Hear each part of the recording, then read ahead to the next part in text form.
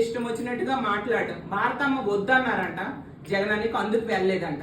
అమ్మ, మీకు నోరుకి ఒక హద్దు అదుపు ఏమి ఉండదా? ఇష్టం వచ్చినట్టు మాట్లాడటమేనా? జగనన్నకి భారతమ్మకి మ్యారేజ్ అయ్యాకే ఓ 10-11 సార్లు పైగా జగనన్న తిరుపతి దర్శనానికి వెళ్ళారు. ఆ విషయం మీరు తెలిసి మాట్లాడుతున్నారో తెలియక మాట్లాడుతున్నారో అర్థం కావట్లేదు. ఆవిడ ఎంత దిగజారుడి మాటలు అనిత గారు మాట్లాడతారు అంటే, మీ ఆ తల్లికి చెల్లికి అయినట్టుగా అంటూ, అంటే వ్యక్తిగతంగా ఇష్టం వచ్చిన మాటలు మాట్లాడుతూ ఉంటారు. కానీ భగవంతుడు, ముఖ్యంగా వెంకటేశ్వర స్వామి మిమ్మల్ని చూస్తూ ఉంటాడు. తప్పు చేసిన వాళ్ళకి కఠినంగా శిక్షలు వేస్తాడు వెంకటేశ్వర స్వామి. ఆ విషయం మర్చిపోవద్దు. కాబట్టి తప్పుడు మాటలు మీరు మాట్లాడకండి.